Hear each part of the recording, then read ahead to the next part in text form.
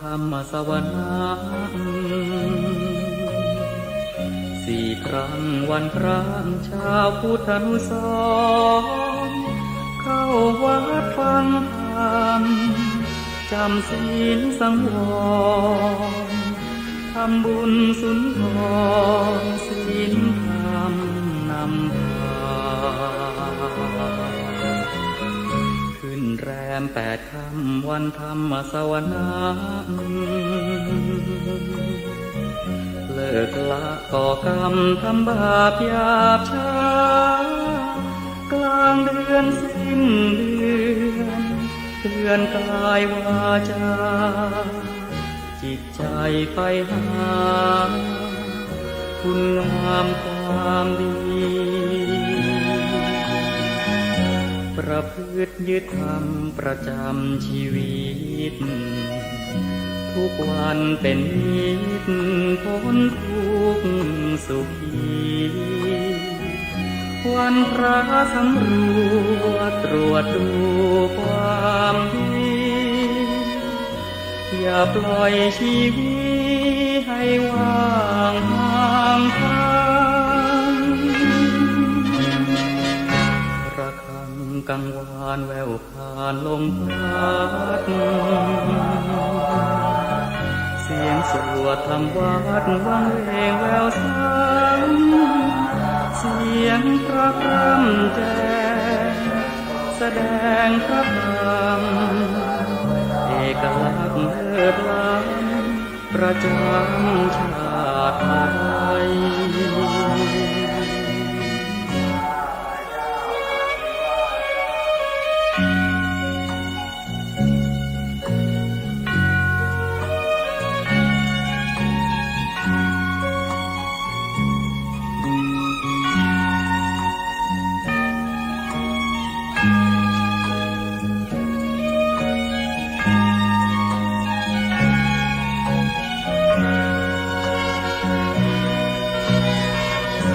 ประพฤติยึดธรรมประจำชีวิตทุกวันเป็นนิจพ้นทุกข์สุขีวันพระสำรวจตรวจดูความดีอย่าปล่อยชีวิตให้ว่างห่างทางระฆังกังวานแววผ่านลมพัดเสียงสวดธรรมวัดวังเวงแววซ้ำเสียงพระพร่ำแจ้งแสดงพระธรรมเอกลักษณ์เลิศล้ำประจำชาติไทย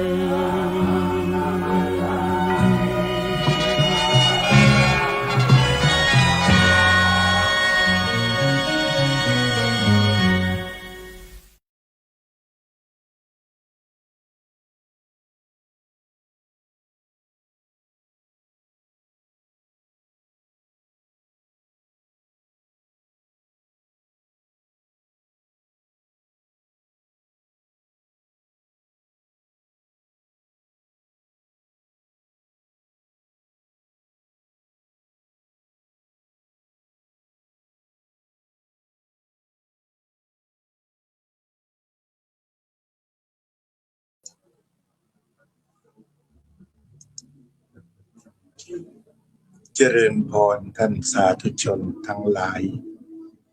รายการธรรมทานจากวัดพุทธปัญญาเมืองพอมูนารัฐแคลิฟอร์เนียประเทศสหรัฐอเมริกาวันนี้เป็นวันที่18 กรกฎาคม 2568รายการธรรมทานจากวัดพุทธปัญญาก็เพียงมาทักทายแล้วก็ต้องจบรายการเพราะว่าจะต้องออกไปพบหมอตรวจตาประจำปีในเวลา 8 นาฬิกาจะต้องไปถึง 7:30 ฉะนั้นก็ออกจากวัดสัก 6 โมงกว่า ตอนนี้ก็6:10หัวข้อที่จะพูดสั้นๆคือพูดถึงตัวอย่างของธรรมะที่มีอยู่ในชีวิตพูดเรื่องความสำคัญของลมหายใจอาตมาก็มีบทกลอนไว้ว่าลมหายใจให้กำเนิดเกิดชีวิตลมหายใจคือมิตรสถิตมั่นลมหายใจคือแหล่งธรรมที่สำคัญลมหายใจอยู่กับฉันตลอดไปการเจริญสมาธิภาวนาถ้าเป็นการเจริญที่ตรงไปพระพุทธเจ้าตรัสสอนอานาปานสติคือใช้ลมหายใจเป็นอารมณ์เป็นที่จับเป็นที่อยู่เป็นที่หมายพระพุทธเจ้าได้ยืนยันว่าการตรัสรู้เกิดขึ้นได้ก็ปฏิบัติอานาปานสติอานาปานสติก็คือต้นทางของการปฏิบัติธรรมทั้งปวงอยู่ที่ลมการเข้าฌานก็อยู่ที่ลมตั้งแต่หยาบไปจนละเอียดที่สุดการเข้าฌานหรือว่าการปฏิบัติอานาปานสติ16ขั้นก็มีทั้งสมถะทั้งวิปัสสนาจึงบอกว่าลมหายใจคือแหล่งธรรมที่สำคัญจะหาธรรมะขั้นสูงก็อยู่ที่ลมหายใจภารกิจของพระสงฆ์ที่สำคัญหรือของชาวพุทธก็อยู่ที่การดูลมหายใจเข้าออกนี่ถือว่าเป็นภารกิจที่มีความสำคัญในการดำรงชีวิตการหายใจเข้าไว้อย่างถูกจังหวะถูกต้องคือการดำรงคงอยู่ชีวิตแต่ว่าถ้าเมื่อไหร่ไม่หายใจก็ชีวิตไม่รอดนี่ก็คือต้นกำเนิดต้นน้ำต้นทานของชีวิตลมหายใจคือมิตรสถิตมั่นบางคนบางเวลามักจะพูดว่าฉันไม่เหลือใครอีกแล้วคงจะต้องจำไว้ว่ายังเหลือลมหายใจอยู่ตลอดเวลาขออย่าส่งใจไปโศกไปเศร้าให้กลับมาอยู่กับลมหายใจความโศกเศร้าก็จะลดเบาบางหรือหมดไปก็คือมิตรชนิดหนึ่งลมหายใจคือแหล่งธรรมที่สำคัญการปฏิบัติธรรมทั้งหลายจะเกิดผลอย่างดีก็เมื่อเข้าใจลมหายใจเข้าใจกลับมาอยู่กับลมหายใจต่อไปก็คงปฏิบัติธรรมเรื่องลมหายใจกัน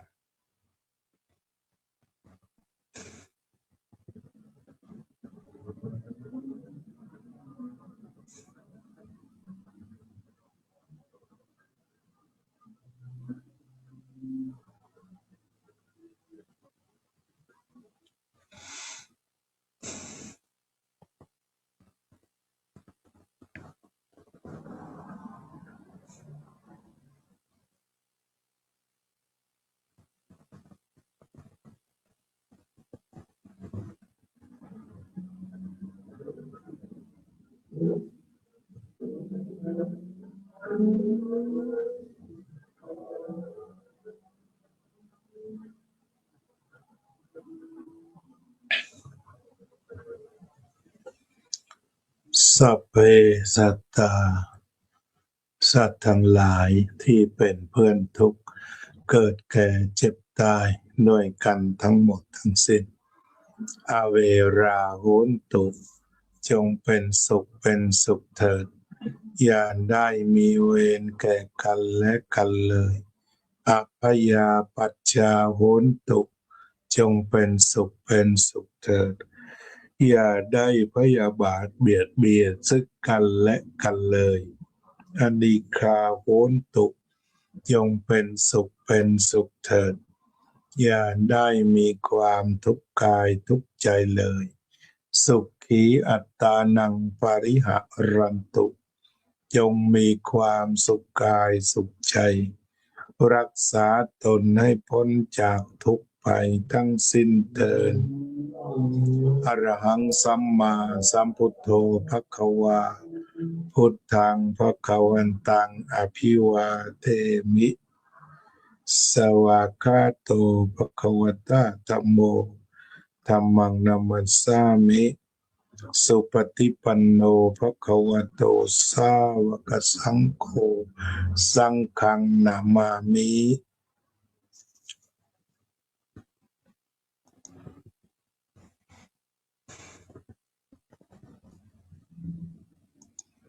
โยมสุนิตวงศ์สุเทพโยมรัตตินันท์ชวรโรจน์โยมประพันธ์วงศ์พาณิชย์โยมจิรารัตน์เกียรติสันติกุลโยมอุตสาอินทวงศ์โยมเคนธนา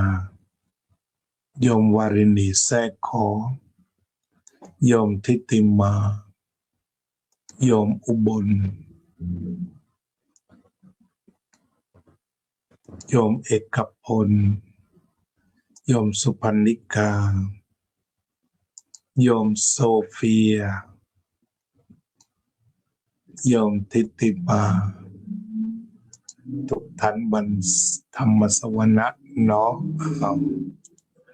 ก็คงจะอำลาท่านสาธุชนในวันสุขสันต์วันธรรมสวะเพียงแค่นี้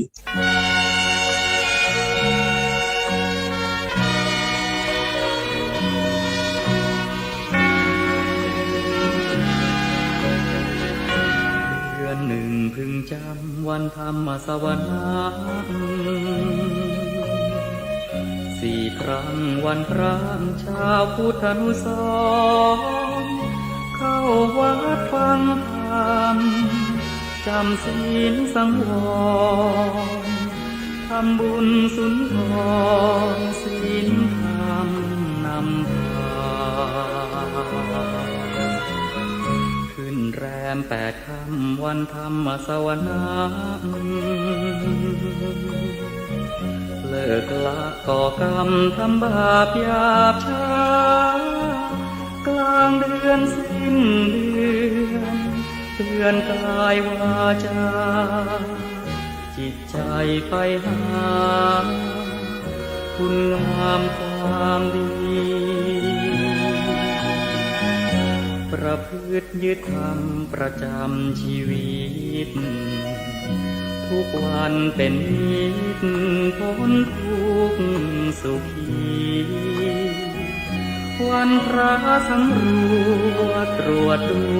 ความดีอย่าปล่อยชีวิตให้ว่างห่างไกลระฆังกังวานแววผ่านลมพัดเสียงสวดธรรมวัดวังเวงแววสังเสียงพระพร่ำแจ้งแสดงพระธรรมเอกลักษณ์เลิศล้ำประจำชาติไทย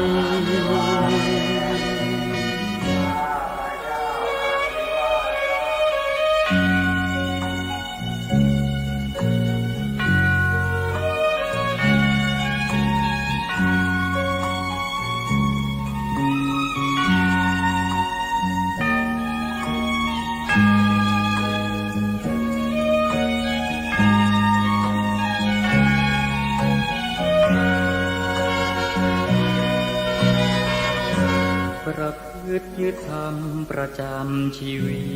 ตทุกวันเป็นนิจพ้นทุกข์สุขีวันพระสำรวจตรวจดูความดีอย่าปล่อยชีวิตให้ว่างห่างไกล